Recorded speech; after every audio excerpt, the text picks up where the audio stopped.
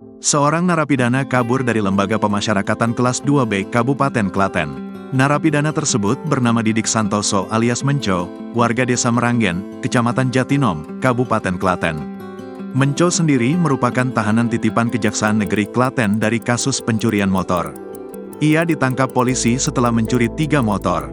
Sementara kejadian kaburnya tahanan ini diketahui terjadi pada Kamis, tanggal 2 Mei tahun 2024, pagi. Menco sendiri sebelumnya menerima remisi bebas saat Idul Fitri, namun perkara lain sudah menunggunya kembali, sehingga belum keluar lapas dan menyandang status sebagai tahanan lagi. Kepala Lapas Kelas 2B Kabupaten Klaten, Tri Joko Wiono membenarkan adanya kejadian tersebut.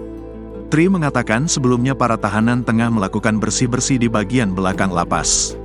Kurang lebih jam 8 waktu Indonesia Barat itu dibawa petugas untuk bersih-bersih di bagian belakang, ujar Tri. Namun sekitar pukul 10 waktu Indonesia Barat, Menco meminta izin ke petugas karena hendak dibesuk. Setelah diizinkan, ternyata tidak dibesuk. Dia menyelinap di mana kita gak tahu, jelasnya. Kejadian ini sendiri diketahui petugas saat hendak memasukkan kembali narapidana ke dalam sel. Setelah teman-teman narapidana dimasukkan ke sel, ternyata dihitung kurang 1. Baru dicek keberadaannya sekitar jam 12.15 waktu Indonesia Barat, ucapnya. Petugas selalu mengecek seluruh wilayah lapas, ditemukan 1 kunci yang dipatahkan. Dan pihaknya segera menyatakan tahanan lepas. Tri lalu segera lapor ke pimpinan dan menyisir lingkungan sekitar.